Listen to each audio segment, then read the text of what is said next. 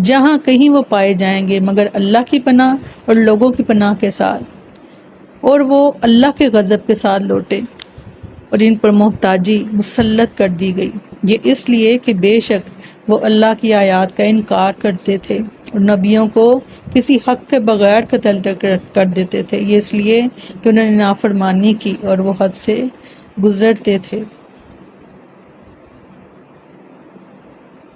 سیدنا ابن مسعود رضی اللہ عنہ بیان کرتے ہیں کہ رسول اللہ صلی اللہ علیہ وسلم نے فرمایا،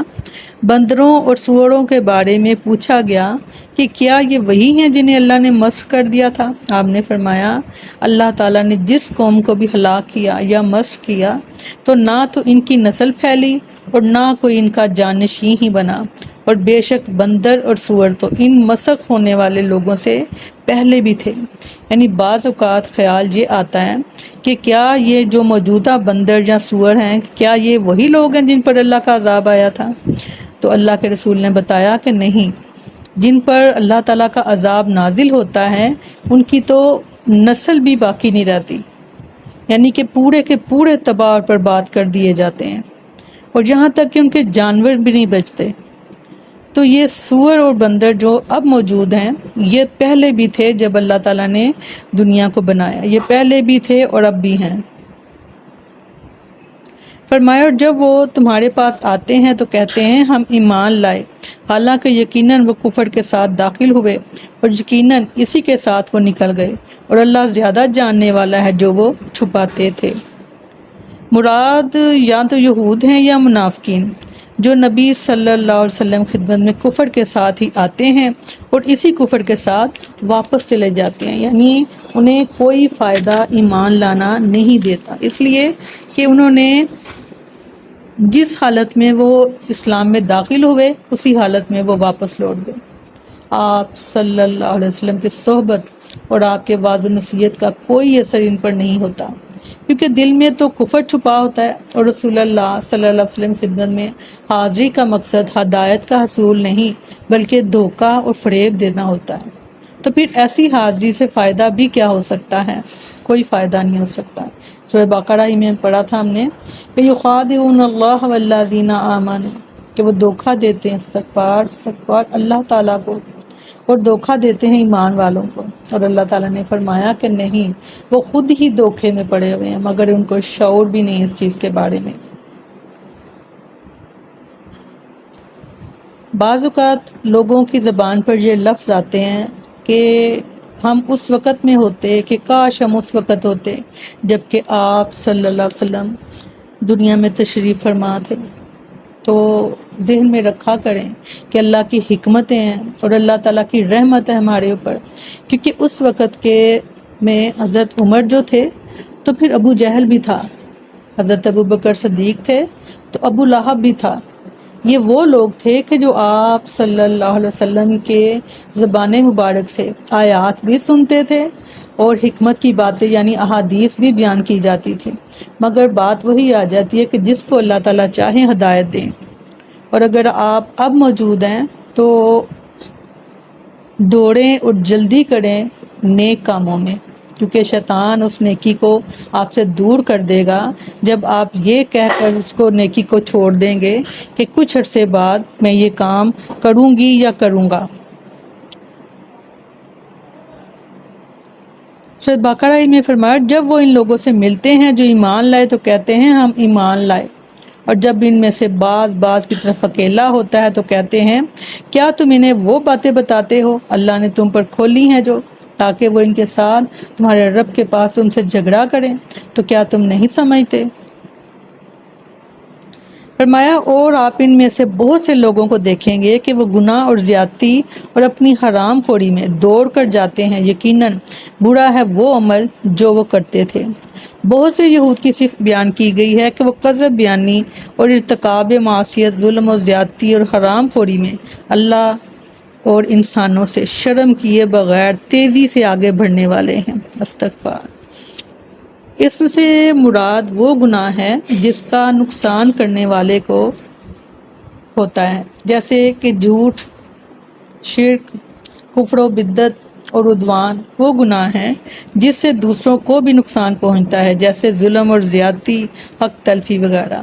سخت یعنی حرام جو مال ہے وہ ناجائز ذرا سے کمایا جائے۔ فرمایا انہیں رب والے لوگ اور علماء ان کے جھوٹ کہنے اور ان کے حرام کھانے سے کیوں نہیں روکتے؟ یقیناً برا ہے جو وہ کیا کرتے تھے۔ یہ بنی اسرائیل کے بارے میں بات کی جا رہی ہے، اور اگر آج ہم دیکھیں تو آج علماء کیا اپنا حق ادا کر رہے ہیں؟ کوشش کر رہے ہیں، مگر لوگ ہیں کہ اپنے ہی اعمال پر اڑے ہوئے ہیں، اور جو باتیں وہ کہا کرتے تھے، مشرک لوگ کہتے تھے کہ ہم وہی کریں گے جو ہمارے باپ دادا کیا کرتے تھے، تو آج مسلم بھی یہی کہتے ہیں کہ جو ہمارے بڑے کرتے تھے ہم بھی وہی کریں گے۔ اللہ تعالیٰ ہمیں محفوظ رکھے، کیونکہ آپ صلی اللہ علیہ وسلم کی حدیث ہمیشہ ذہن میں رکھا کریں کہ آپ نے فرمایا تھا کہ تم ضرور قدم قدم ان کی پیروی کرو گے، اور ہاتھ برابر ہاتھ کے، اور جیسے ہوتا ہے ایسے ہی تم ہر کام ان جیسا ہی کرو گے۔ تو اگر آج ہم دیکھتے ہیں تو کیا ہم یہ نہیں پاتے؟ بے شک ایسا ہی ہو رہا ہے۔ اللہ تعالیٰ ہم سب کو محفوظ رکھیں ایسی چیزوں سے۔ یعنی جس طرح گناہ کرنا جرم ہے، اسی طرح گناہ سے نہ روکنا بھی جرم ہے۔ عوام گناہ کرتے تھے اور علماء اور مشائخ انہیں منع نہیں کرتے تھے۔ غرض یہ کہ عوام اور علماء اور مشائخ سب ہی گناہ میں شریک تھے، بلکہ علماء اور مشائخ میں بہت سے حرام کھانے میں ان کے شریک تھے۔ ارشاد فرمایا سورۃ توبہ میں، اے لوگو جو ایمان لائے ہو، بے شک بہت سے عالم اور درویش یقیناً لوگوں کا مال باطل طریقے سے کھاتے ہیں اور اللہ کے راستے سے روکتے ہیں۔ حرام کھانا بہت بڑا گناہ ہے۔ سیدنا ابو ہریرہ رضی اللہ عنہ بیان کرتے ہیں کہ رسول اللہ صلی اللہ علیہ وسلم نے فرمایا، اے لوگو، اللہ پاک ہے اور وہ صرف پاک مال ہی قبول فرماتا ہے۔ اللہ تعالیٰ نے مومنوں کو بھی اسی چیز کا حکم دیا ہے جس کا حکم اس نے اپنے رسولوں کو دیا ہے، اور اللہ تعالیٰ فرماتا ہے سورۃ بقرہ میں، اے لوگو جو ایمان لائے ہو، ان پاکیزہ چیزوں میں سے کھاؤ جو ہم نے تمہیں عطا فرمائی ہیں۔ پھر رسول اللہ صلی اللہ علیہ وسلم سبحان اللہ نے ایک شخص کا ذکر کیا، فرمایا ایک آدمی طویل سفر کرتا ہے، بال بکھرے ہوئے ہیں، غبار آلود ہے، اب وہ دونوں ہاتھ آسمان کی طرف دراز کرتا ہے اور کہتا ہے، اے میرے رب، اے میرے رب، حالانکہ کیفیت یہ ہے کہ اس کا کھانا حرام ہے، اس کا پینا حرام ہے، اس کا لباس بھی حرام ہے، اور حرام ہی سے اس کی پرورش ہو رہی ہے، تو ایسی حالت میں اس کی دعا کیسے قبول ہو سکتی ہے؟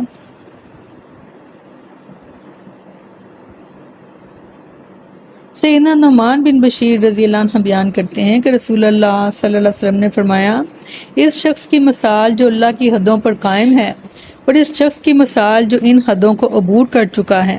ایسی ہی ہے جیسے کچھ لوگوں نے کشتی کے اندر بیٹھنے کے لیے قرعہ اندازی کی، بعض کے حصے میں اس کی بالائی منزل آئی اور بعض کے حصے میں نچلی منزل۔